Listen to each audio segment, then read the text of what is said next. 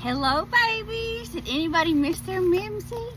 I have been very busy this summer with my babies. I had Arwen and Ronan here with me for like over a whole month, and we had adventures.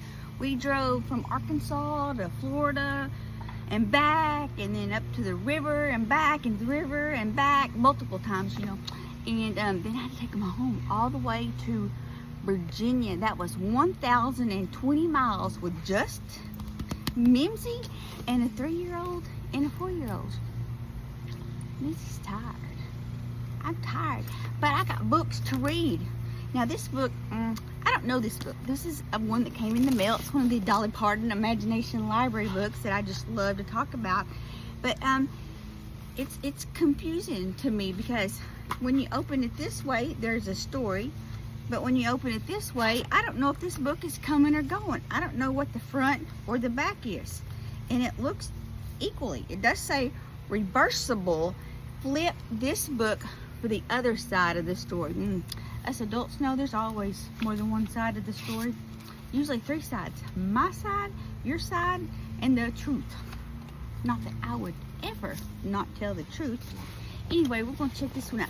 Do you know I came outside to read this book, and I was going to sit my little Leona Bear's kiddie pool and read the book because it's 97 degrees outside, which is why I'm in the shade. And my brand new neighbor started mowing, like within about 4 seconds of me walking down and starting to set up my little adventure. So I came over to this side of the house so I could find a little spot of shade because I'm not sitting out in 97 degrees without my kiddie pool, or Leona's kiddie pool. And to be clear, Leona is a little Maltese. All right, that's a fun picture. That looks like a great place to play outside. The moose and it's not a tree swing, it's a bag swing of some kind. Look at that old antique sewing machine there. I've got one of those. It belonged to my Granny Fanny. She was my great granny and her name was Fanny. So when I say Granny Fanny, I mean what I say and I say what I mean. All kinds of fun stuff in this tree. Chinese lantern, old school telephone pole, a bird bath. This is for Omi and Opie. I believe those are grandparent names. Okay, here we go. We're going to start the story exactly as planned. Moose. Oh, I love a good Moose book. Moose had just finished knitting a scarf.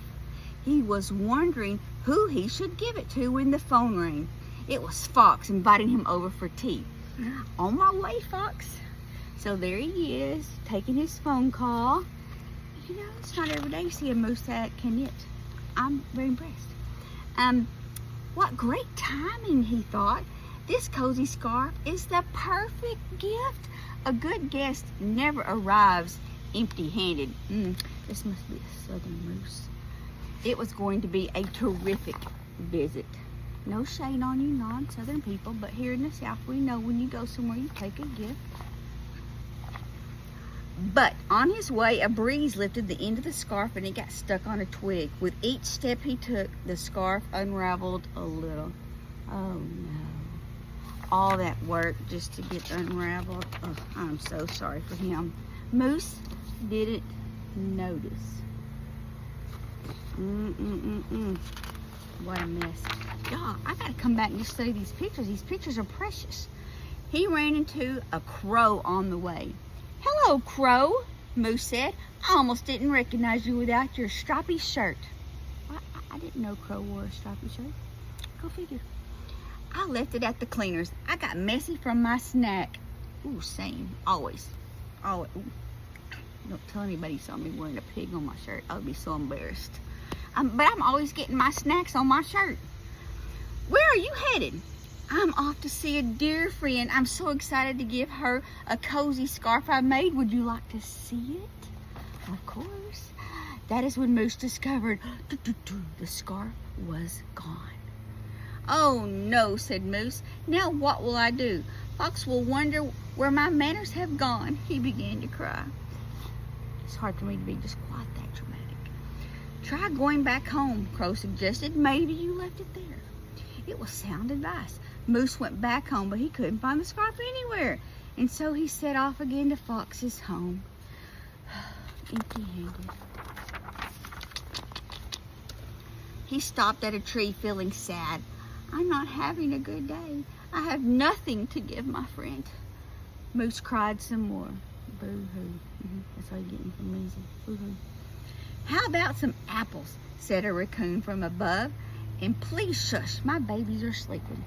Right? We used to have some next door neighbors that were always making a ruckus while my grandbabies were trying to sleep, and it did not go well. It didn't end well either, to be fair. You can ask the judge about that one. Moose cheered up. He thanked the raccoon and continued on his way. Guess he got some apples. I like apples. Now, not all apples are created. Don't want those grainy, pithy rascals. I like a nice, crisp apple. And don't confuse that with a crisp Diet Coke, because it is not the same. In a while, he came upon a group of bunnies. Have you seen a scarf? He asked hopefully. When they answered no, the tears flowed a third time.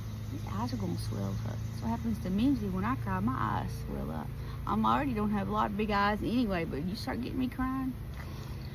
Anyway, please don't cry, said the bunnies. How about some nice flowers?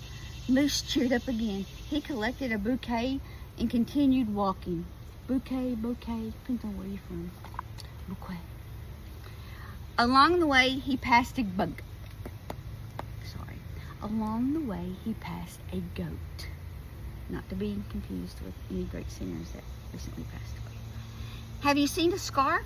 It's a gift for my friend, he said. When the goat shook her head, Moose burst into tears again. Boo-hoo. There, the goat said. I've got a bucket that a client didn't want. Let me dye it to cover up the brownie stains. Add those flowers and apples and you'll have a mighty fine gift. A gift basket. Who doesn't love a gift basket? Sign me up. I'm on my way. Moose was relieved. Now at least he wouldn't show up empty-handed. That's a nice gift. As Moose arrived at Fox's house, he saw that he had something for him too. Of course, Moose said to himself, Fox is always an excellent host. Fox offered him a button, a beautiful feather, and even some yarn. Treasures. Yarn. Did y'all catch that? I caught that. All the things Moose loved best, especially the yarn, which was a color he didn't yet have in his collection. Or did he? Moose felt embarrassed. All he had brought were random things that he had picked up in the forest. Oh, how he wished he had something cozy for her. But Fox's gift gave him an idea. He was determined to be a proper guest. How do you feel about pom-poms? He asked her. They're delightful, she replied. All right. Moose got to work. Look where he's holding the yarn ball. Is that very clever? And the two friends chatted happily for hours. Which I'm just going to say that's the best part of the visit. Not what you bring or what you receive, but just the chatting away. Uh-oh. Plot twist, here it comes. It ended up being a terrific visit after all, exactly as planned. The end. But wait. Now we have to go back and start and go the other way. Oh my, let's try it again. Now we're at Fox's house. Look at Fox's house.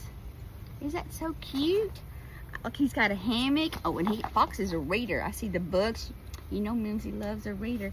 Got baskets all over Fox's house and a lantern and a tick-tock alarm clock. Look at that old wood-burning stove.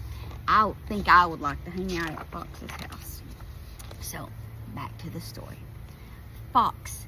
I sure forgot to turn my phone that other way. You can tell it's been a long time since Mimzie been reading to her folks. It's okay. Fox had just invited Moose over for tea. She was very pleased with herself as she put the brownies out to cool. I love brownies, especially with pecans in them. And we say pecan. None of this pecan nonsense. It's pecan. A good host always has something sweet to offer, she thought. It was going to be a terrific visit. Look at her. My mama had a wood-burning stove. They mostly used it just to heat the house, but sometimes she cooked pinto beans on it. I have it now. While the brownies were cooling, a breeze carried their chocolatey smell into the air where it attracted the attention of a crow. "It's my lucky day," he said as he flew away with the treats. He stole them? But look, this crow has on a stripy sweater. You know. Fox didn't notice until it was too late. "Come back, thief," he shouted, but the crow flew away too fast. "Now what will I do?" said Fox. We know how the crow sweater got messy and where he found his basket. He has tacky breeches. That crow is tacky breeches. At least he shared with Moose. "When Moose arrives, I'll have nothing to offer. He'll wonder where my manners are."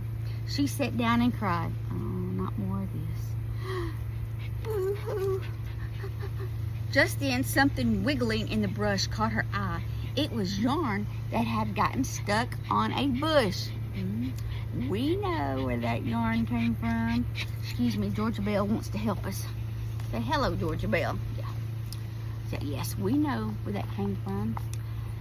Moose likes crafty things, Fox said. "I'll gather this up for him." Look at her going all through gathering up all that yarn. What was that yarn? Go on, tell me, what did that yarn used to be? I think so too. That was probably a sweater, wasn't it? She followed the trail of yarn all the way to a raccoon's nest. That's the fun looking house. "Hello," called Fox. "May I have this yarn? I'm collecting it for my friend." "Sorry, no can do," said the raccoon. This yarn is keeping my babies cozy." But when she saw tears welling up in Fox's eyes, she quickly said, "Don't fret, I don't need all of it. I'll snip off the ends. I've also got buttons, keys, forks." "Oh, a button would be nice," said Fox. "Are we going to see that button again, friends? We going to see that button again?" She cheered up. Button and yarn in hand, she continued following the trail. The yarn led to a group of bunnies. "Hello," said Fox. "May I have this yarn? I'm collecting it for a friend." "Not today," said a bunny. "We're using it as a jump rope." Pretty clever for the little bunnies. I've never personally seen a bunny jump rope, but I'm here for it. Fox's eyes grew watery again. It's a lot of crying. "Don't cry," said another bunny. "We don't need all the yarn. Let's cut the ends and you can collect the rest." "And would you like this lovely feather?" the third bunny asked. Fox cheered up again. They cut the yarn and she continued on. Do we see that feather again? And now I get the pom-pom thing. I missed that earlier. I see now why Moose did pom-poms instead of another sweater. The yarn ended in a goat's laundry line. Oh, that can't be good. Do you know goats will eat anything? Literally anything? I think probably pigs eat more than goats, though, as far as anything goes, because they'll eat each other. "Hello," said Fox. "May I have that yarn? I'm collecting it for a friend." "Heavens, no," said the goat. "I have too much laundry to dry." Nice to know. Fox's tears fell fast this time. "None of my plans are working out. I am not having a good day." There, sweetie," the goat said. "You have plenty of yarn, but it looks like it's been dragged through the forest. Let me dye it for you, and it will be as good as new." Okay, dyed it. We know. Make the connection. Fox felt cheerier again as she headed back home with a button, a feather, and yarn. It wasn't what she had planned, but at least she had something to offer. How very clever of this book writer, the author. Very clever indeed. She was arranging her gifts when Moose arrived. He had brought a beautiful basket for her. Wonder, did it look familiar? Of course, Fox said to herself, Moose always has the best manners. He had brought apples and a bouquet of flowers arranged artfully in the basket. All things Fox loved best. Oh, especially the basket, which was a color she didn't yet have in her collection, because the goat dyed it. The goat dyed the yarn. Fox felt embarrassed. All she had for him were random things she'd picked up in the forest. We're getting some deja vu here, boys and girls. Deja vu. Oh, how she wished she had something sweet for him. But Lucy's gift gave her an idea. She was determined to be a proper host. "How do you feel about apple pie?" she asked him. "Oh, Mimzie loves apple pie." "That'll hit the spot," he replied. Fox got to work, and the two friends chatted happily for hours. It ended up being a terrific visit after all, exactly as planned.